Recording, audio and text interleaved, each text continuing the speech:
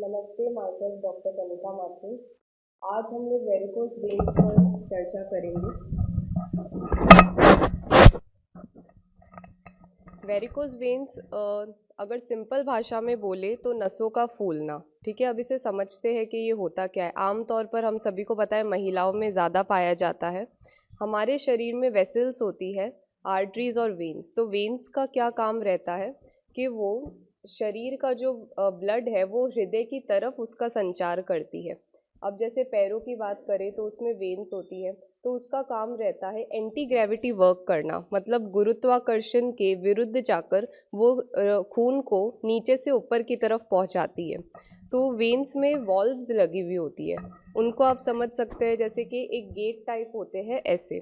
तो जब वो खून नीचे से ऊपर की तरफ संचार हो रहा है तो ये वॉल्व्स बंद हो जाती है ताकि वो ब्लड फिर से नीचे ना आ सके, और जिससे सर्कुलेशन सही रहे और ऊपर हृदय तक रक्त पहुंच सके।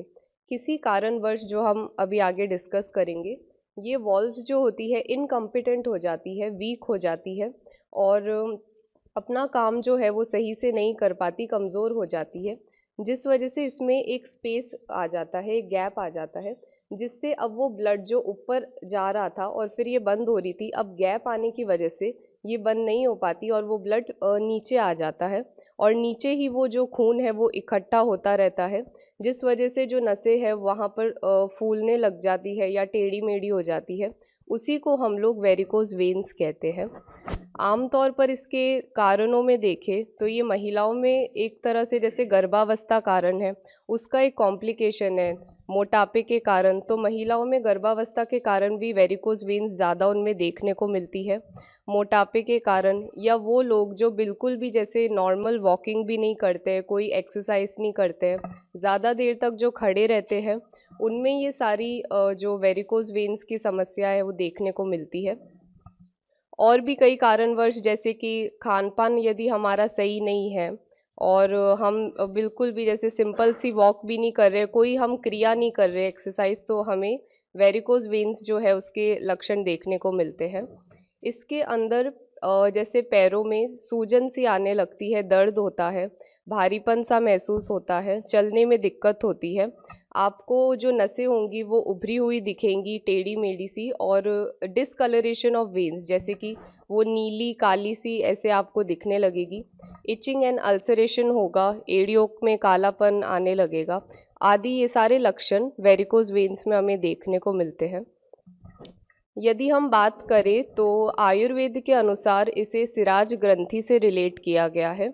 सिराज ग्रंथि की चिकित्सा में हम लोग नेचुरल चिकित्सा जैसे कि सूर्य स्नान कराते हैं, पंचकर्मा अभ्यंगम करवाते हैं, बस्ती और सिरावेद कराते। सिरावेद को हम कह सकते हैं ब्लड लेटिंग, जिसमें जो सिरावेद से जो खून है जो वहाँ पर इकट्ठा हो रहा है, वहाँ पर सिरावेद कर कर उस खून को बहाया जाता है, जिससे रक्त का संचार सही से हो सके। और इसमें हम लोग लीच थेरेपी का यूज़ करते हैं। अब लीच थेरेपी इसमें बहुत महत्वपूर्ण है, क्योंकि वो जो विस्कोसिटी ऑफ ब्लड है उसे कम कर देती है and it makes the consistency thinner, जिसकी वजह से जो रक्त का संचार है वो अच्छे से होता है। साथ ही हम आयुर्वेदिक औषधियाँ जैसे कि कैशोर गुगलू, सहचर आदि तैलम, इसका भी यूज़ कर सकते हैं।